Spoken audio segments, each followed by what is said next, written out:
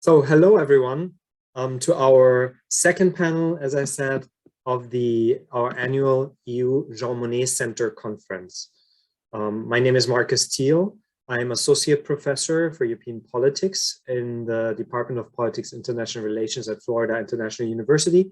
And I also direct one of our EU-funded Jean Monnet Centers of Excellence. And as such, I'm happy to welcome you today to the panel that has some really great engaging speakers and some interesting case studies of social inclusion and societal diversity in Europe.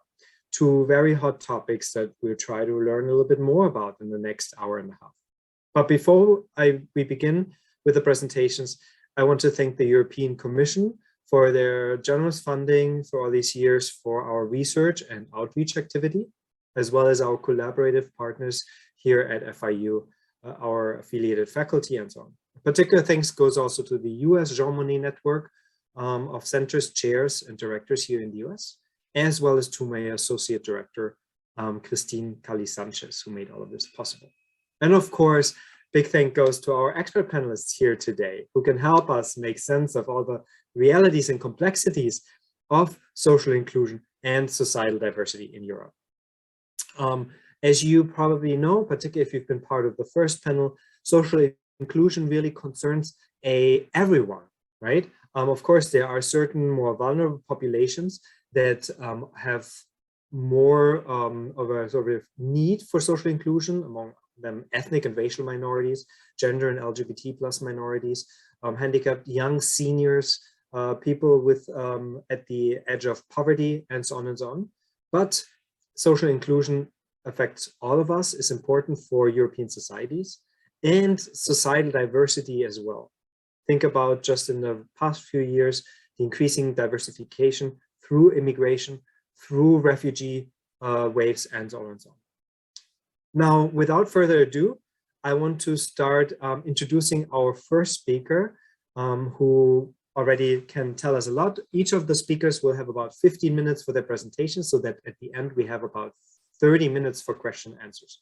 That being said, I encourage you all to post questions through the Q&A box at the bottom of your Zoom screen. Now, Professor Barbara Sgouraki Kinsey will be the first speaker. Dr. Kinsey is Associate Professor in the Department of Political Science at our partner university, the University of Central Florida. Dr. Kinsey received her Ph.D. from Washington University in St. Louis in 2000 and joined the department at the University of Central Florida in 2002. Her research interests include comparative political behavior and political elites, political parties, electoral mobilizations, political participation of immigrant origin minority groups, far-right political parties, and new electorates. She has published in a number of academic journals, and her latest co-authored publication is titled Minority Candidates on Party Lists, Evidence from Belgium. In a similar manner, she will present today on anti-immigrant context and political participation of immigrant minorities with the case study of Belgium. Thank you very much. Welcome, Dr. Kinsey, and the floor is all yours for the next 15 minutes. Thank you, Marcus. I appreciate your introduction. Next slide, please. I would like to talk a bit about our motivation for this research. This is a co-authored research with Dr. Christina Bradatan of Texas Tech. As we know, increasing numbers of non-Western immigrants are entering European electorates, either by acquiring citizenship or having been granted the right to vote in municipal elections. And the European Union grants EU nationals residing in different EU member state voting rights for local and EU level elections, but has no authority about rules on voting rights for non-EU immigrants, that is third country nationals. Such voting rights for third country nationals are determined at the member state level. But a majority of EU member states have some form of non-citizen franchise at the local level. We know from from studies conducted that the political participation of non-Western immigrants represents an important factor for their political integration.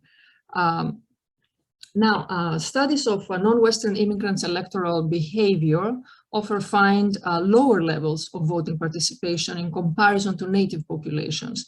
And this is highlighted as a challenge to their political incorporation. Studies on their political participation rely mainly on individual, group, and institutional characteristics to understand their voting behavior. But the role of anti-immigrant contexts is understudied. So in our research, we focus on the influence of anti-immigrant environments, and we use as indicators the electoral strength of anti-immigrant parties, this the electoral support they get, and also a second indicator is the type of cultural citizenship. I'm going to say more about this in a minute. So both of these factors may be related to perceived consistent self and group discrimination and or intimidation, and may influence the electoral behavior of immigrant minorities. So we expect that where discrimination against immigrant minorities of non-Western origin is politically and culturally institutionalized, their political participation is likely to be depressed. Now, Belgium is an excellent, is very good grounds for this type of research. To begin, it has one of the largest percentages of foreign-born among European Union countries, and non-citizen immigrants were allowed to vote for the first time in the local elections of 2006. So this study is at the municipality level, and we try to understand variation in the registration rates of eligible non-citizen, non-Western immigrants. And this variation is across 570 municipalities in Belgium, in Flanders and Wallonia. Also, Belgium shows variation in cultural citizenship across the regions of Flanders and Wallonia. While the federal formal citizenship and electoral rules are the same for all regions in Belgium. So the cultural citizenship in Flanders is viewed as multicultural, but is also characterized by a tradition that stresses ethnic traits, such as language and culture. And that is in contrast to the civic cultural citizenship in Wallonia, which is based on a conception of nationhood as shared citizenship. So we also have variation in cultural citizenship, and we also have variation in the support for anti-immigrant far-right parties. In 2006, we had the Vlaams Belang in Flanders and the Front National in Wallonia. And our analysis takes place across regions and also across ethnic groups.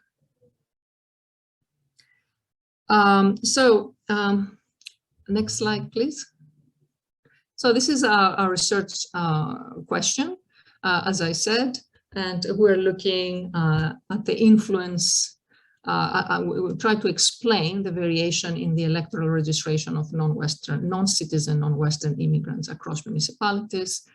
And we examine how hostile socio-political environments may affect their political participation and by extension, their political integration. Next slide, please. Thank you. So what's the research, right, in this on the effects of discrimination on the political participation of immigrant minorities. So this kind of research shows that the behavior, the political behavior influences that discrimination, influences the voting choice, political interest, welfare state support, and also political participation. And most of these studies are conducted in the United States and show that the connection between immigrant perception of discrimination and political participation depends on several factors. It is conditioned, in other words, by a number of variables, but prior to consideration of these conditioning factors, the connection is found to be negative or non-significant. And such conditioning factors include individual identity and group consciousness. So in general, the effects of hostile contexts on immigrants' political participation vary across immigrant groups, localities with distinct characteristics, social, political, and institutional, and are conditioned by immigrant identity and group consciousness. Next slide, please. Now, such analysis in the case of across Europe are few, and the findings of such research are mixed.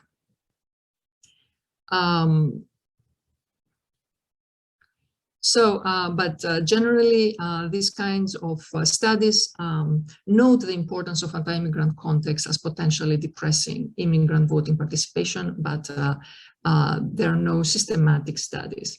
So next slide, please. So our main hypothesis then is that the electoral support for anti-immigrant parties will depress the political participation of non-citizen, non-Western immigrants. So we expect a negative, as I said, the findings have been mixed, but here we expect a negative effect because a non-citizen non-Western immigrants are to a large extent of a lower socioeconomic status and thus socially and politically most vulnerable to hostile contexts.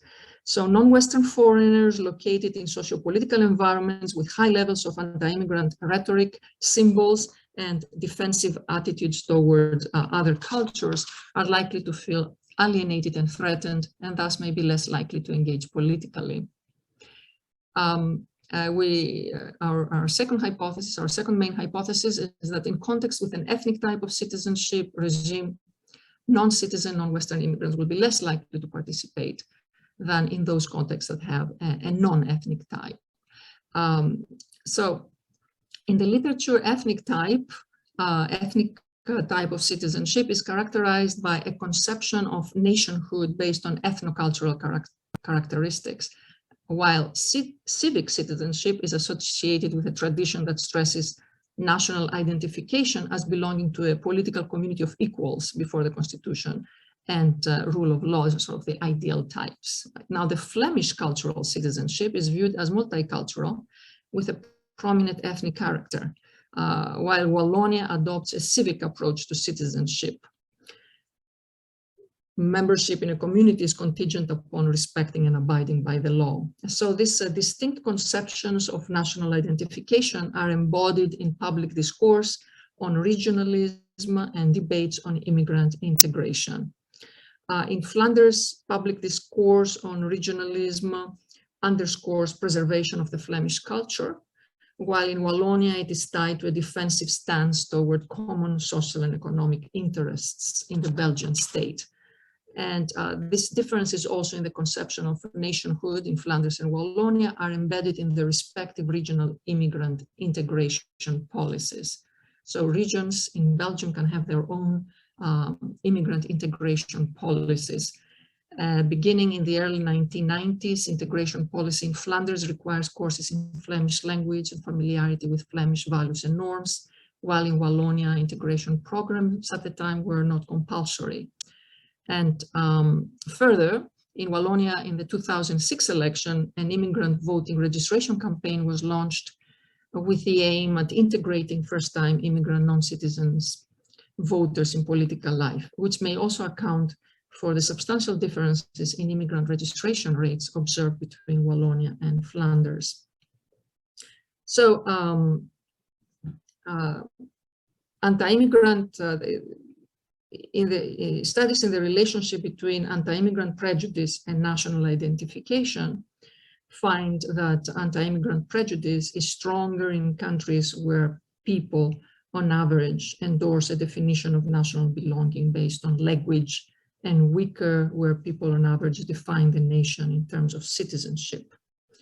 So in cultural citizenship context with prominent ethnic traits, we expect non-Western immigrants to encounter lower levels of tolerance than in civic contexts. Next slide, please. So as I discussed, we try to explain variation at the registration rates of eligible non-citizen, non-Western immigrants. And next slide, please. And our main independent variables, again, is the anti-immigrant vote across municipalities and also the citizenship regime. Next slide, please. We also have in the model, we use a statistical model, and we have a number of control variables that are found in the literature to affect the political participation of immigrants. And in parentheses here, we have the expected effects that include the percent of radical seats on the council, in the council in the municipality. In the previous election, 2000 municipality elections in Belgium, the municipality elections are every 6 years. And also the percent social democratic seats. And also we have indicators of population, the log immigrant population, which includes African, Asian, and Turkish, and also the population of all eligibles in the municipality, expect to contribute to greater participation. Next slide, please. And we have economic, socioeconomic indicators such as the unemployment change between the third and the first quarters of the year of the election, and then economic inequality, median income, education. We also include the total number of candidates of non-Western origin nominated on party lists in the municipality, and we expect a positive effect. Next slide, please. We use a regression analysis with robust errors, and we've made some modifications to accommodate for distributional limitations. Next slide, please.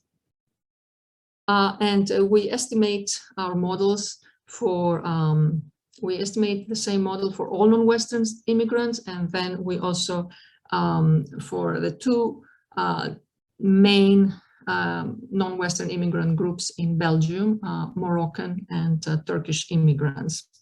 So each immigrant community has distinct characteristics, cultural, phenotypic, organizational, socioeconomic, and others that may condition the respective effects of hostile context on the level of political participation.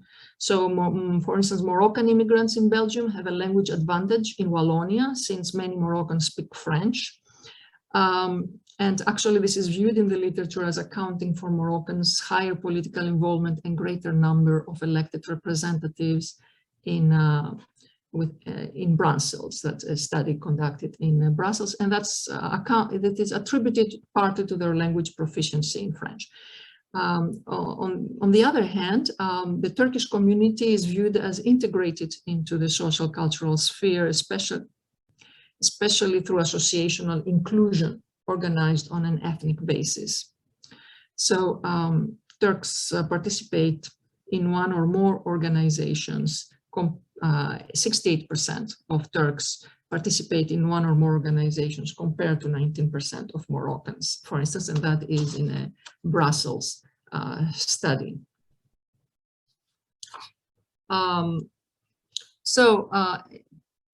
In some, Turkish immigrants may have higher levels of sociocultural integration and associational capital. On the other hand, Moroccan immigrants may have a language advantage and thus greater electoral success, especially in Wallonia. Now, in our analysis, these characteristics may act as buffers to hostility and discrimination But alternatively, right, they may be perceived as threats to the whole society. But we cannot, with our model, right, we cannot really disentangle these mechanisms. There would be, here one would be in need of further study, more close study of these factors.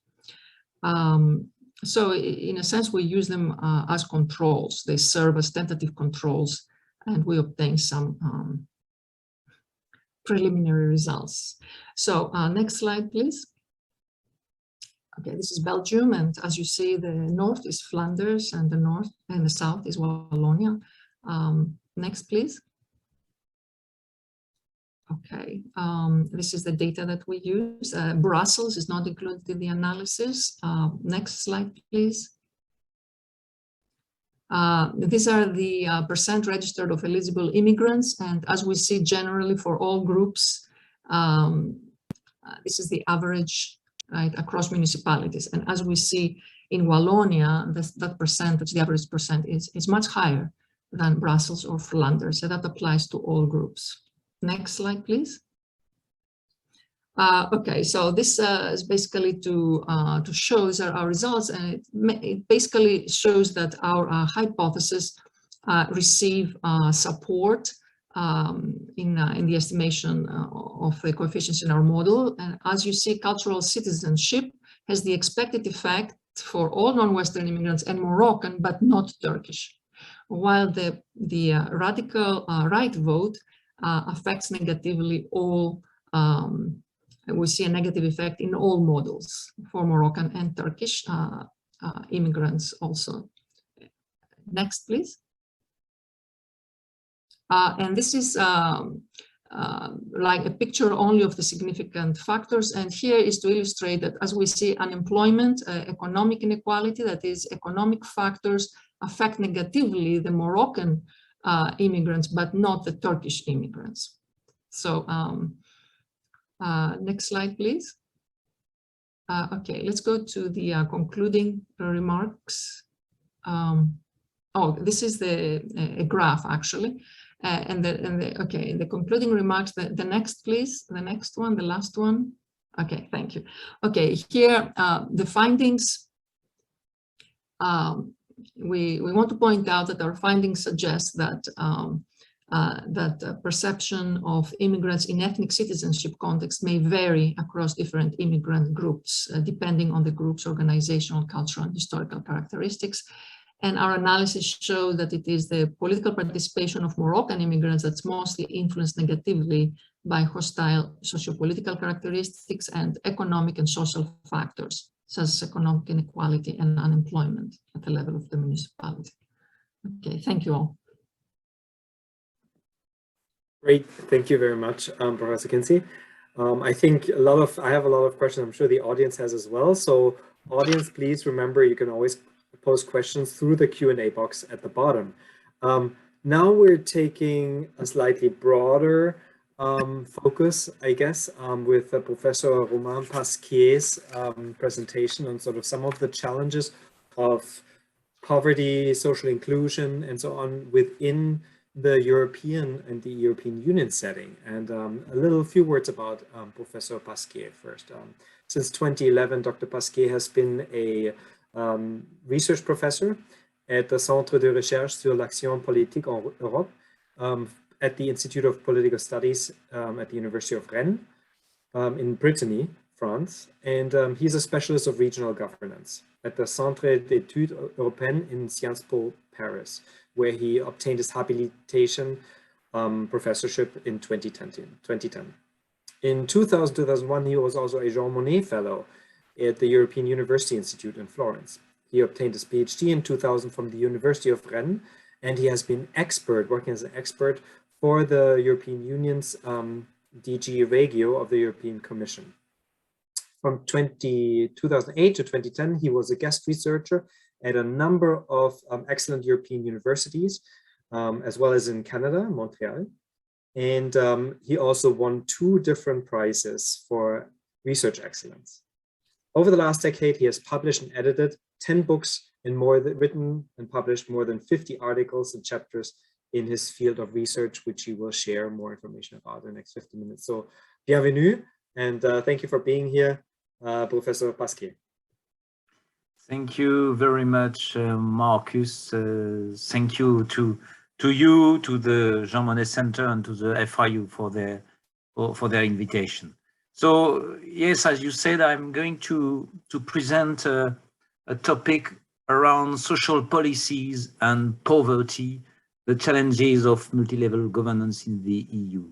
So this presentation is based on the evaluation of the French national strategy of prevention and fight against poverty. So I try to study the tension between the European model about poverty issue and the concrete implementation of these national strategies. So next slide, please. I will develop three main points in my presentation. First, a brief state of the art about social policy in the EU. Secondly, I will focus on the building of a specific European strategy on poverty and social exclusion, particularly focused on the social investment theory or perspective. And I will finish my presentation focusing on the challenges of the poverty multi-level governance, particularly using the French case, of course. So next slide, please. Yeah, so if we have a large focus about social policies in the European Union, we have to convene that the European Union has very few robust social competencies. Why? Because the origins and the evolution on the EU social policy are totally rooted in the notion of market correction. So that's why the only financial instrument trying to solve social issues in Europe is the European Social Fund, created in 1958, just 1 year after the Rome Treaty. So the social competencies of the European Union are clearly in the realm of employment policies, more or less. So the member states remain masters of their own welfare states because the social policies, the social issues are very, very important in national politics, and also because the most sensitive social policy areas, for example, pensions, for example, healthcare policies, remain subject of unanimity in the Council of Ministers in the European Union. So next slide, please. However, I think that we can observe a new political window at the beginning of the 21st century. It's directly linked to the implementation of the Treaty of Amsterdam and the Lisbon strategy.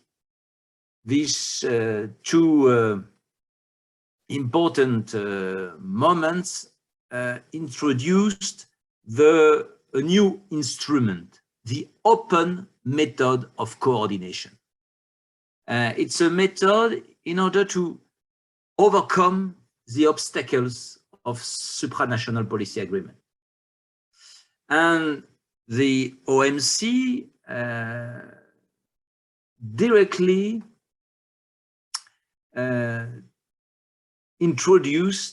has been directly introduced for employment policies, for public pensions, for social inclusion, for healthcare policies. So it's not a legislative instrument, it's not a direct instrument in order to force the member state to act in one direction or another. it's a soft coordination, a soft law mechanism in order to create convergence between the different member states' policies via target setting, via benchmarking, via mutual surveillance. And after the economic crisis of 2008-2010, the creation of the European semester increased these kinds of coordinating mechanisms, and the consequence was also more soft law in the social policy domain. Next slide, please. I would say to close this first point that despite the institutional and political obstacles, the European Union are progressively extending its reach into many areas of social policy, especially concerning the expansion of the internal market and particularly for social inclusion. And that's very, very important because it was certainly not in the minds of the men who negotiated the Treaty of Rome in 1957. Next slide. Yeah, so if we consider now, and that is my second point, the question of the poverty and the social exclusion, we can observe this consequence, that is to say, the building of a specific European strategy. Because at the beginning, we observe only a number of pilot projects designed to combat poverty and exclusion. It was, of course, financed by the ESF, the European Social Fund, but it was regularly contested by the member states because there was no real legal basis for this. So it was really very, very weak. So the situation, another time, changed with the entry into force of the Treaty of Amsterdam, which enshrined the eradication of social exclusion as an objective of the European Union. And the Lisbon strategy created a monitoring and coordinating mechanisms consisting of objective setting, poverty measurements based on a common set of indicators, and guidelines for member states' programs against poverty. Next slide, please. So 10 years after, with the Europe 2020 strategy, we have another step because in this strategy, the fight against poverty and social exclusion is a clear objective of the European Union. And in 2013, the Commission, in its communication now very famous, towards social investment for growth and cohesion, urged the member states to prioritize social investment people, especially children, in order to break the cycle of disadvantage and poverty. And this is the creation, for example, of the European platform against poverty. That is very important because here we have the building of a specific European paradigm in order to fight poverty in the European Union. Next slide, please. Here I have a figure trying to resume the European model. With the social protection, you have the traditional social policies implemented by the member states. But the European model tried to intervene in the human capital development. That is to say, to activate this human capital development through at different edges of the life in order to prevent some social risk. That is why education policies, training policies, research policies are priorities for the European strategy in order to avoid social risk and social exclusion. Next slide, please. And nowadays there is a new initiative on this aspect coming from the European Commission. In April 2017, for example, the EC launched the European Pillar of Social Rights. Again, it's a non-binding framework of 20 principles. However, it's another means to promote social protection, social inclusion, and to do it in a joint collaboration between the European Union, the national administrations, the local and regional authorities, the civil society, social actors, and social partners. So, and from this pillar, we had in the past year, in 2021, different initiatives from the European Commission and recommendation to establish a child guarantee, for example, a minimum income in the European Union, or new strategies to combat homelessness, for example. So we see that the European Union developed a clear paradigm to combat or to fight poverty based on a well-designed complementarity between social investment and social protection. That is next slide, please. That is the big picture. That is the cognitive frame. But when we consider the implementation, we find a lot of difficulties, because as you know, the European Union has no capacities or few capacities to implement the social policies. The European Union is totally dependent in this policy-making process from the member states. So there is a clear challenge of policy change.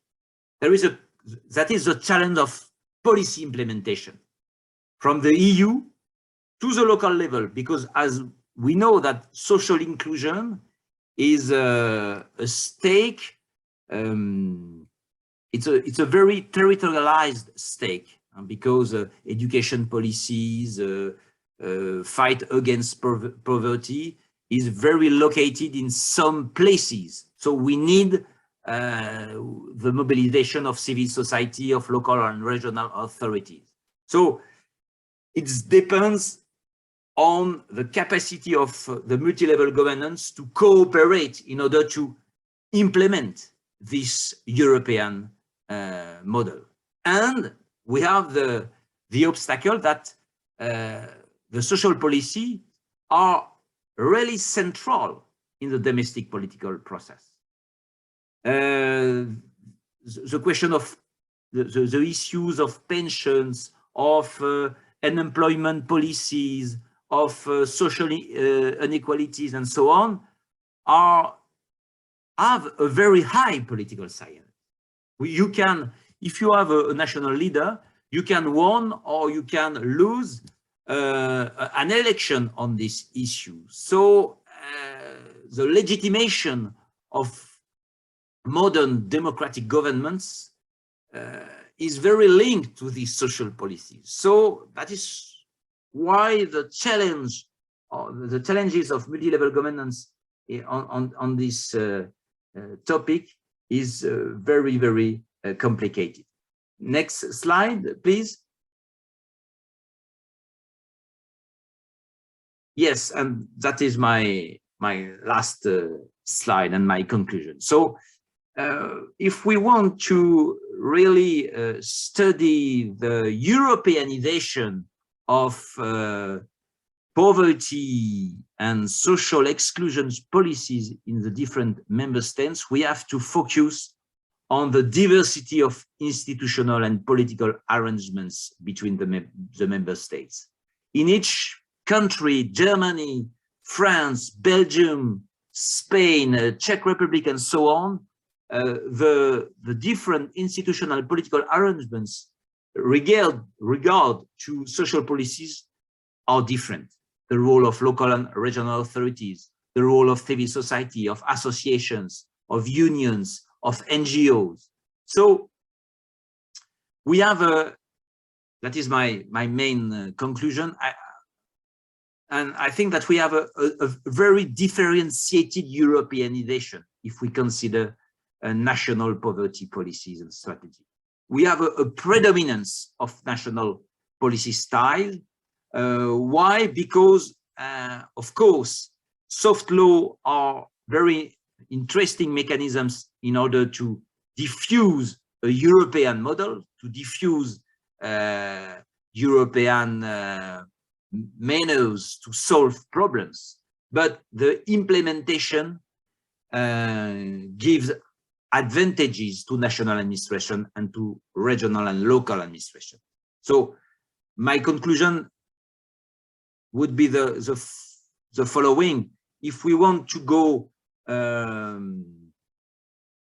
if we want to go further in our capacity to Europeanize our fight against poverty and social exclusion, we need more competencies for the European Union on this realm.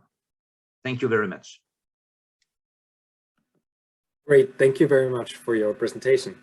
And there's already a question coming in for you. Please keep the questions coming, everyone. Now we're going to head over to a often, I think, understudied but quite important topic, particular in Europe. We understand that here in Miami very well because we speak a lot of languages down here, or in South Florida, and that is the question of multilingualism and political inclusion in the EU. And here to present is Professor Niels Ringe. Professor Niels Ringe is Professor for Comparative Politics in the Department of Political Science at the University of Wisconsin-Madison. He also is a fellow colleague in that he is the director of the Jean Monnet Center for Comparative Politics there. His research and teaching interests center on democratic political institutions, European Union politics, populism, election, parties, and political networks.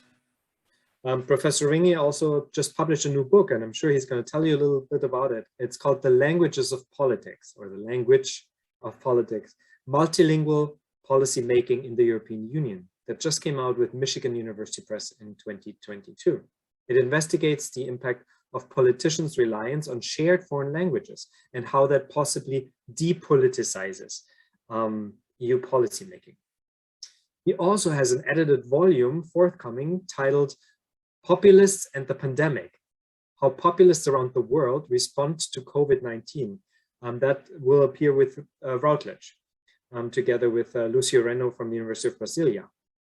Ringe previously published The European Union and Beyond, Multilevel Governance, Institutions and Policymaking with ECPR Press in 2020, that actually won the Larry Neal Prize for Excellence in EU Scholarship, as well as Bridging the Information Gap, Legislative Member Organizations and Social Networks in the United States and the European Union with the University of Michigan Press, 2013. And with Oxford in 2010, he published Who Decides and How, Preferences, Uncertainty, and Policy Choices in the European Parliament. So you can see here, he's a roundabout expert, and it's my pleasure to welcome my friend and colleague, Niels Ringe. Thank you very much for being here. Thank you so much. Hi, everyone. It's great to be here. And thanks to Markus and Christine for including me in these really interesting discussions today.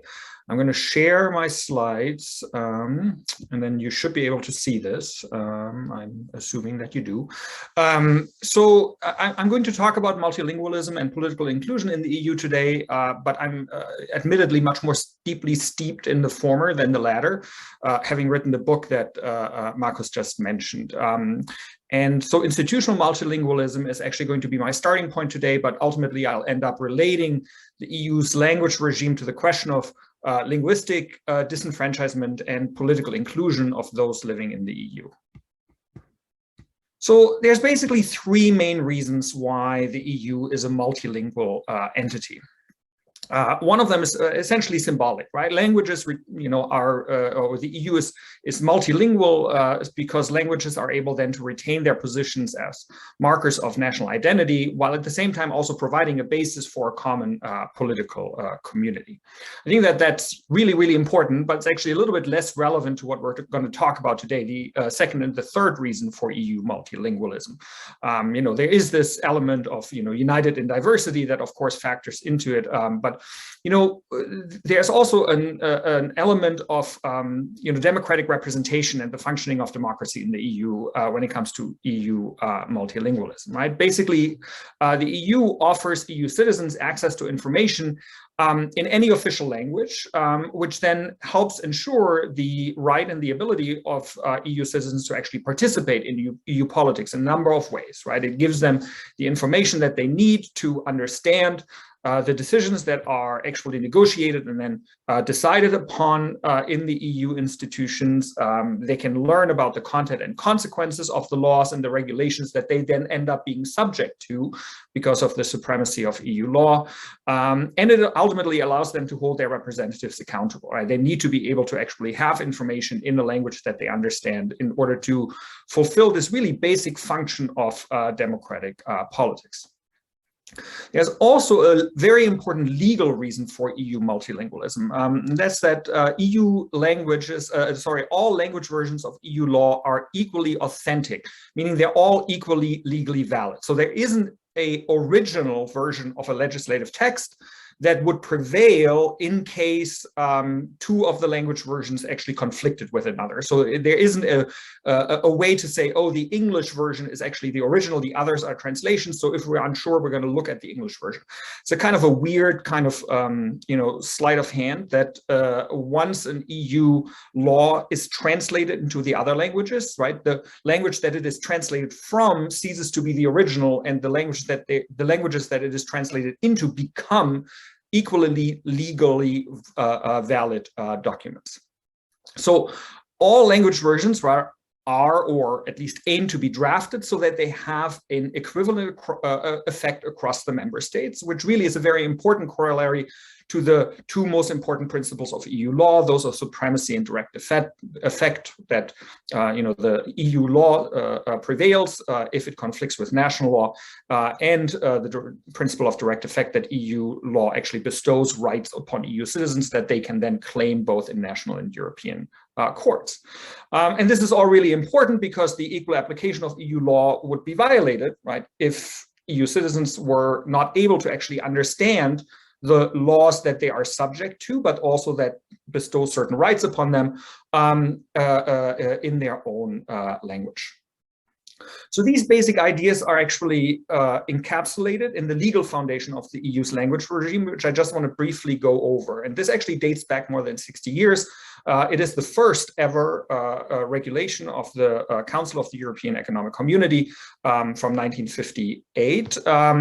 And it does the following. It establishes that the official languages of the European Community are Dutch, French, German, and Italian, which in today basically means that it establishes the principle that all the member states have one language that they can essentially put forward as their official language. And that is something that has led to now there being 24 official languages in the EU. Regulations and documents have to be drafted and published in all of those languages.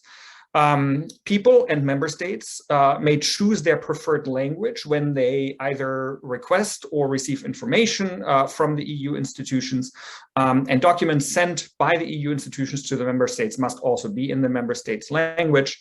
But then, very importantly, there's actually one provision that allows for some degree of flexibility for internal activities. So it does not prescribe that all languages have to be equally used inside the EU institutions. And so this captures these different dimensions of language that I think are really quite important. So there's the symbolic dimension of language, that all the languages are equal, which of course in reality is not quite the case. I'll come back to that. But at least officially, all languages are equal. There's a there's a legal dimension, right? That regulations and documents must be drafted and published in all those languages. That relates to the equal authenticity of EU law. There's a representational dimension that provides EU citizens access to information that they need to actually participate in EU politics. And then there's a functional dimension, this flexibility for internal activities, that not all languages must be equally present inside the EU institutions. So all of this actually provides for a kind of delicate but really durable political equilibrium that essentially is composed of two things. So there's this formal commitment to language equality between the national languages that is paired with a de facto limited multilingualism that favors some languages over others in their actual practical use inside the institutions. And of course, that used to be French and in the more recent decades has become English. And so this is a really durable equilibrium. It's politically basically impossible at this point to introduce a kind of language hierarchy.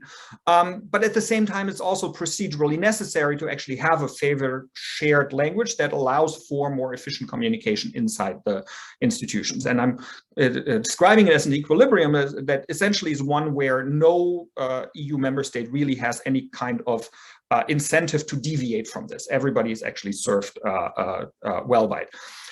But the thing that's really important here is that the system accommodates the functional needs of EU actors when they actually participate in EU politics, but it does this under what I call a veil of language equality, right? It's a total pretense, there's no question about it, right? There's this veil of language equality, right? Everybody agrees that the languages are equal and then accepts that in practice that is not the case, right? That is essentially what the equilibrium comes down to. So one of the things that's kind of interesting then here is that, you know, despite this really strong political equilibrium, which makes any changes to these language rules very unlikely. Right? There's a reason why these language rules have prevailed for more than 60 years. There are, you know, very regular proposals that are put forward to basically suggest that the EU should change its language regime, and in particular, that it should decrease the number of official or working languages inside the EU institutions. And usually these are, you know, proposals that focus on efficiency and costs. And I'll come back to that in a moment. But, you know, there's a number of people who have proposed that, you know, the EU should essentially go to one lingua franca, English. Some people, you know, basically say it should be the big three languages, English, French, and German. Others then basically, you know, kind of add Spanish and Italian, or perhaps Polish on top of this. And you know, there is some recognition that this is for purposes of language equality amongst EU citizens, that, you know, if you make it too restrictive, that you're excluding too many people.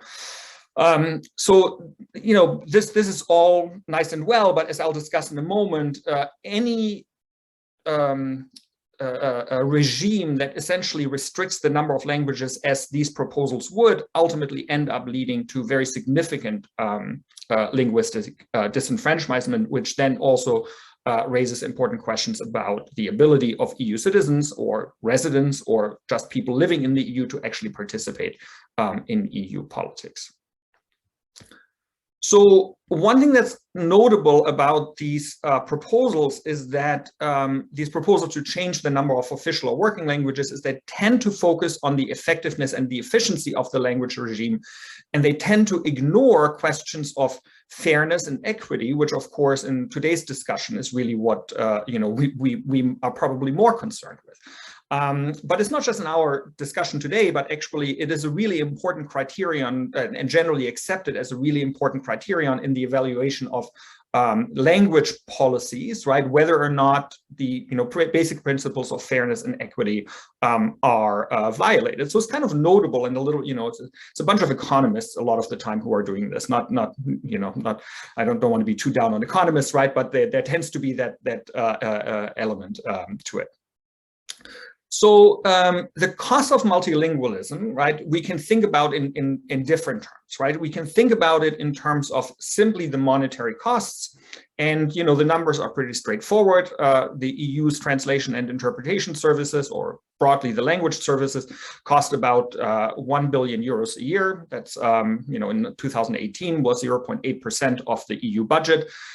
So this comes down to about €2.20 per capita, and this is something that you'll see frequent references to the it's the equivalent of 1 cup of coffee per citizen, right? So really not all that terrible in terms of the monetary cost.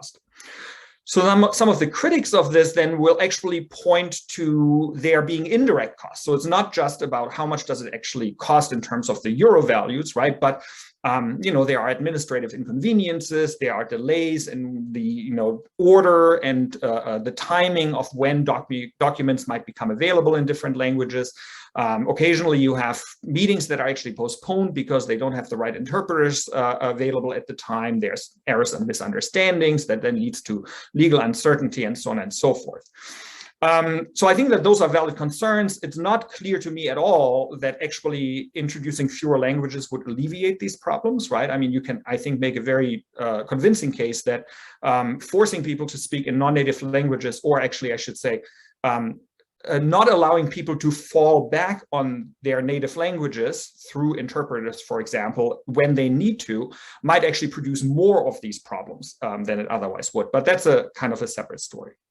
But it's still really about, kind of efficiency and effectiveness, and not really about fairness and equity, which is where the implicit costs of multilingualism come in. In particular, the question of linguistic disenfranchisement, right? So, to what extent are people actually excluded from the political process by not having the language skills to be effective participants therein? So here I'm going to refer to work from Michele Gazzola, who's at Ulster University in Northern Ireland, who has done really, really interesting work that basically looks at the EU's language regime and then the, its effect on levels of disenfranchisement. And so this article that I'm referring to here from 2016, he is based on data that was collected by Eurostat on almost 170,000 residents and their language skills in 25 EU countries in 2011. And one of the questions is, essentially asks people what languages they speak and whether or not they speak them, at a fair, good, or proficient level. And then Gazzola considers both the absolute disenfranchisement, so whether or not people have no knowledge of an official language, and then also the relative disenfranchisement. So it takes into account different levels of proficiency, right? And allows for the possibility that people might not be native speakers, right? Or have no knowledge of it, but that they actually are competent speakers. And so then he looks at different, essentially these different proposals, right? Like how many people are disenfranchised if we have an English only version, right? Or regime, if we have the 3 big languages only regime, and so on and so forth. And he comes to the conclusion that the current multilingual regime is actually most efficient once we actually account for the cost of linguistic disenfranchisement, because any of the alternatives leaves large proportions of Europeans linguistically and therefore politically disenfranchised when it comes to the EU's linguistic regime. So I want to just give you a few numbers here, but 55% of residents in the sample declare themselves to have at least a fair knowledge of English. So this includes native speakers, but also non-native speakers who say that they speak English reasonably well, right? But that's only 55%, leaving 45% of EU residents, and this is pre-Brexit. This is important. The data are from before the UK left the EU. So, right, it basically overcounts native speakers relative to the situation today. So even at that time, it leaves 45% of EU citizens with no English, right, which then basically means they don't have access to information to actually participate in the democratic process.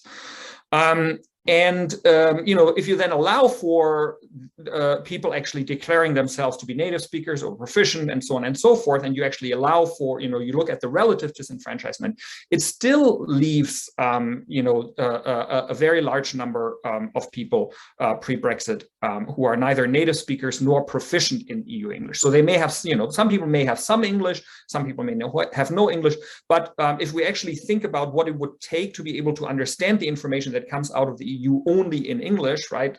You really need to be either native or proficient, and very few people in the EU actually do. It's also interesting that he looks at differences across different age groups, because of course there's a basic assumption that younger people speak foreign languages better than others.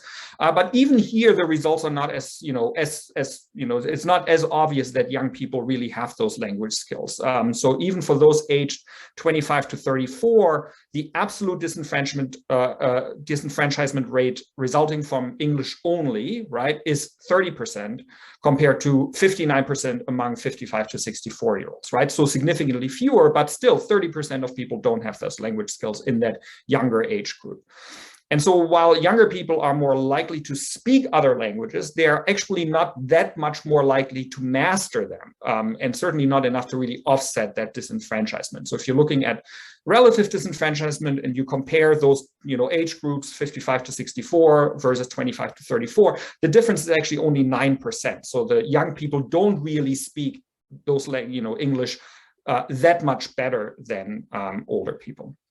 So this in itself is actually important observation, right?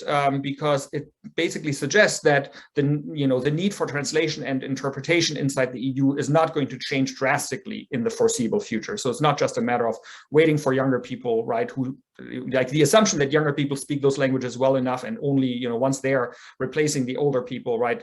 We're not going to really need as much language services, right? That might actually be somewhat misleading.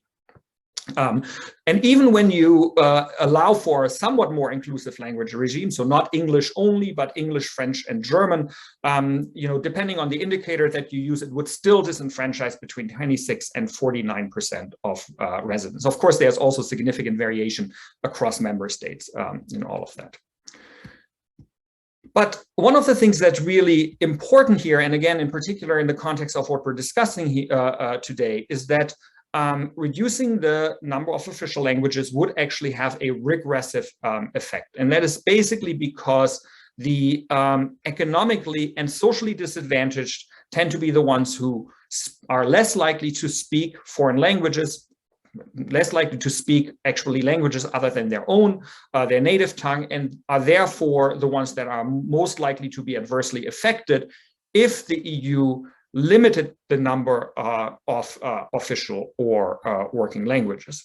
So, you know, there's a lot of data in the article that, you know, is much more nuanced, but I want to just give you a few highlights here. So one is that, you know, 70% of those with tertiary education have no English, compared to 47% with only secondary education, right? So education is positively related with language skills. So those with less education are actually disadvantaged by having a limited number of official languages. And, you know, even a trilingual language regime with English and French, you know, it would alleviate this a little bit, but not all that dramatically.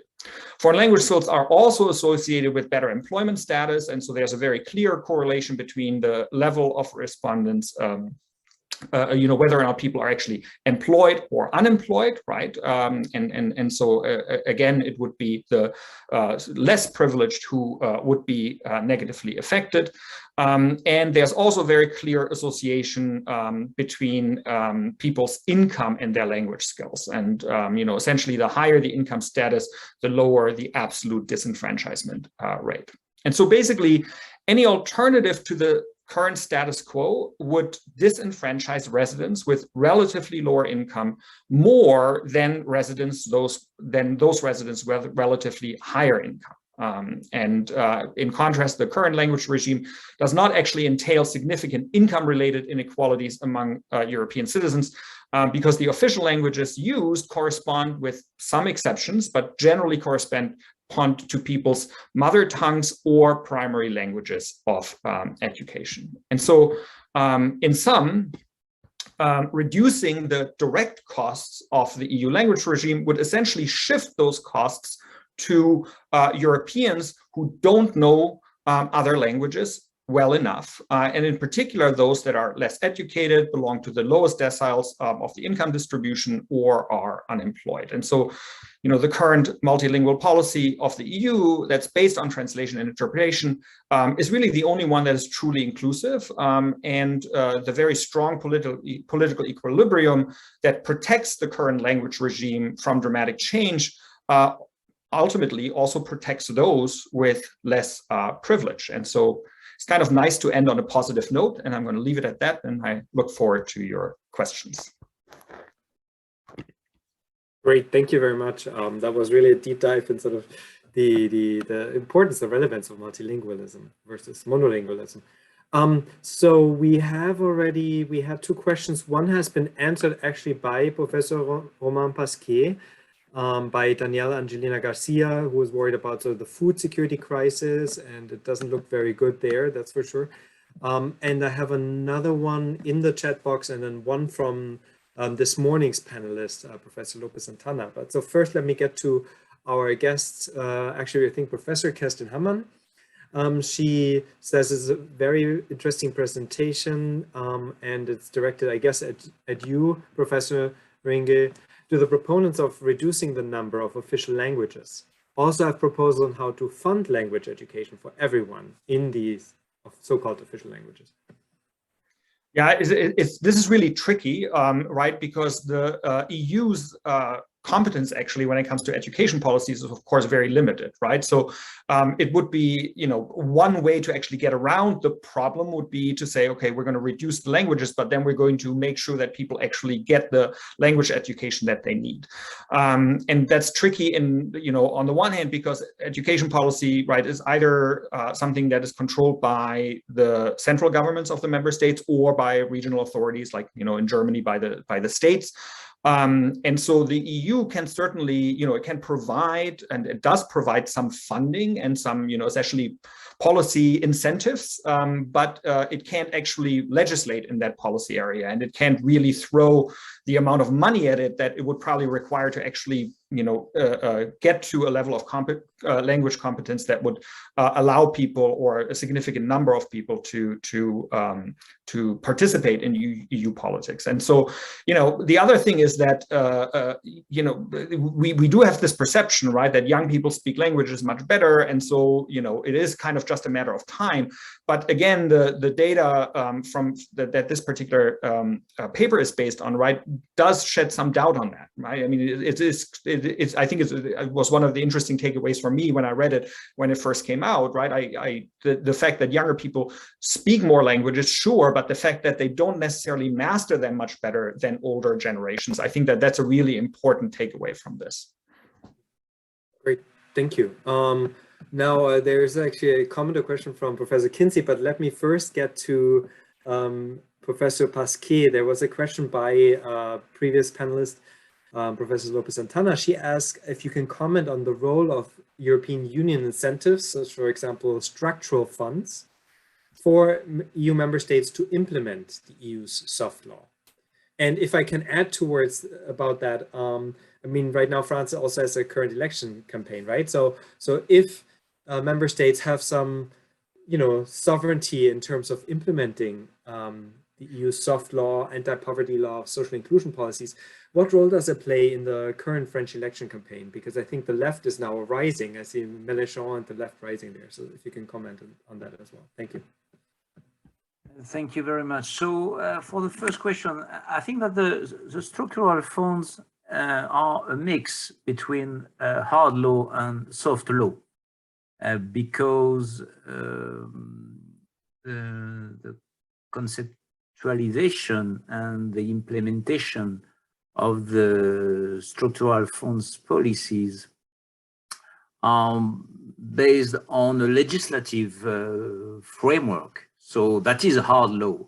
And for each specific structural fund, you have a regulation program. So you cannot do what you want. And there is a specific economic, social targets which are developed in each regulation document. But there is also soft law, that is to say, in each program, for example, urban development, rural development, and so on, the Commission tries to organize policy networks in order to identify best practices in terms of local and regional development. And the European Commission gives to the local actors and regional actors funding in order to organize these policy networks. So these policy networks from the local to the European levels use their role in order to identify best practices and accelerating the diffusion of new norms to promote the European model. For example, in terms of social investment, that is clear. The focus on early child policies, for example, has been clearly identified by pilot projects in some structural funds programs. And after the identification of this pilot project, they decided to use these policy networks in order to diffuse and promote the success stories about social investment. So they do this for every fields of policies in the structural funds policy. Thank you. And do you want to share a little bit about your impression of the sort of the role of social policies inclusion in the? Yes. Sorry, I forgot your second question. Yes, as you know, maybe we have the first round of the French election in 3 weeks, and clearly social policy is a crucial issue in this campaign. The question of the issue of the age of retirement, the question of the amount of pensions, the question of course healthcare policies after the COVID crisis, of course there is also the Ukrainian crisis. But if we forget just some seconds the Ukrainian crisis, clearly there is the social dimension of the debate is very, very important, and there is a clear conflict between the right and the left and the République en Marche, the party of the President Emmanuel Macron, on this aspect. Great. Thank you very much.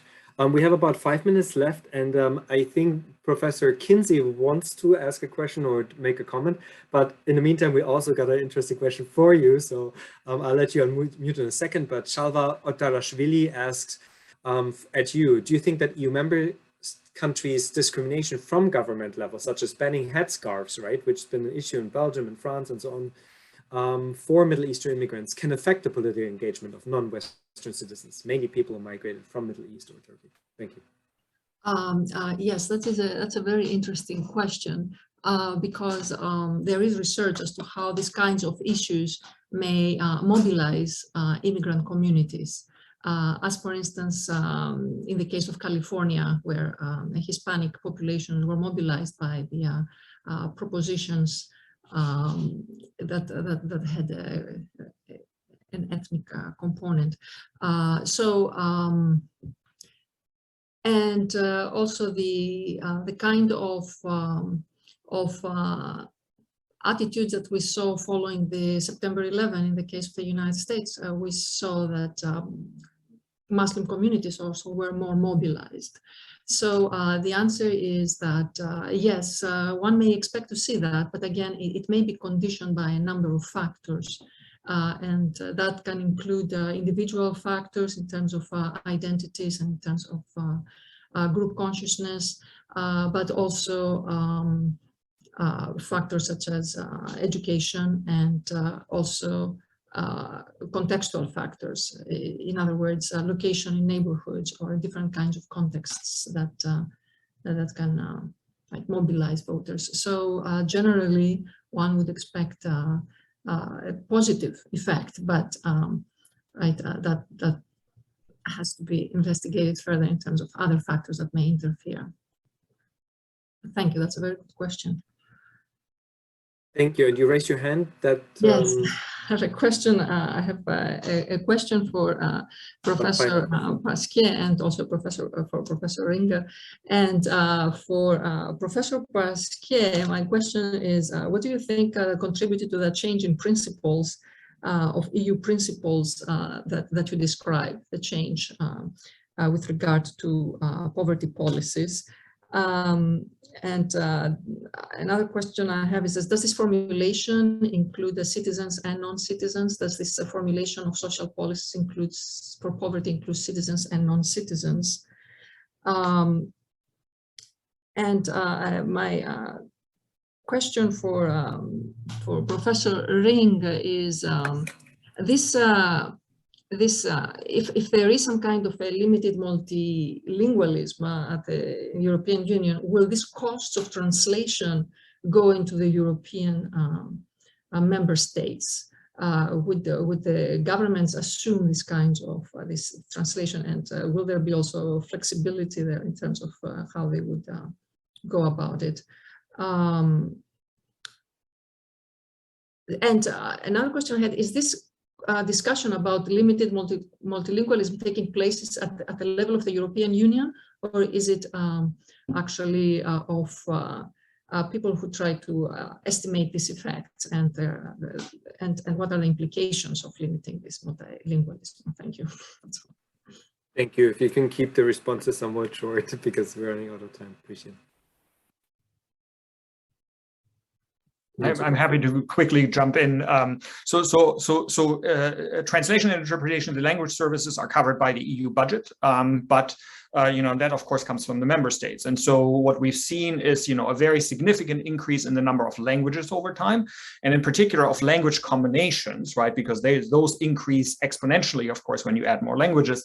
And we certainly have not seen an equivalent increase in the funding for it, right? So basically the language services have had to be able to do more with less. That has been the reality of it, right? And there has been, not exactly a willingness on the part of the member states to increase funding.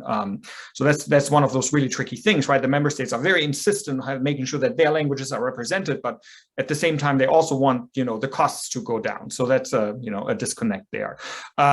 These kinds of discussions about limiting the number of languages, absolutely not at the EU level or amongst the member states. Nobody wants to talk about this. It's the veil of language equality, right? So nobody wants to talk about this. So this is basically a bunch of academics, right, thinking about these questions. But this is not something that anybody wants to touch with a long pole inside the EU, because nobody wants to actually politicize the language question, right? Like this language regime has essentially depoliticized a potentially really tricky political issue, and everybody wants to keep it that way. Thank you. I guess the EU needs to partner up with Duolingo or something. Automatization needs to kind of depress the costs of multilingual. I have all kinds of information about that too, but we're not going to get into it. Sure. Professor Pasquier. Yes, thank you very much for your question. I think that I would say that there is a clear connection in the European Union between the European strategies about social exclusion and anti-discrimination legislation. Because if you consider the short history of the European Union, there is another turning point with the Treaty of Amsterdam. After the Treaty of Amsterdam, there is a clear increasing of anti-discrimination legislation in the European Union. I remember, for example, the Racial Equality Directive in 2000, but also the pillar of the social rights I quoted in my presentation reaffirmed the principles of gender equality and equal opportunities for different social or ethnic groups. So in terms of values, you know, in terms of ideas, in terms of principles, we are in a wonderful world. We are in a wonderful world. But the implementation, so another time, the multi-level governance, the state traditions, if we consider these elements, it's much more complicated, of course, because if you consider the French model regards to anti-discrimination legislation, well, it's not, there is a gap between the European standard and the implementation in France, for example, because we don't consider legally ethnic groups in France. So how do we do with that? You know, so I think that there is a clear connection between the social reflection and the anti-discrimination reflection at the European level, but the implementation are very, very differentiated between the different member states. Great, thank you for your answer. I mean, yeah, we could probably discuss, you know, in more detail in the future, but we're already slightly over the allotted time. So I want to thank you very much for participating. That was really great. Showed us the complexities of inclusion for everyone, right, in a very diverse, very large European population. As you know, we have similar problems in the US, so I hope that our audience got away, you know, with some impulses, transatlantic or not.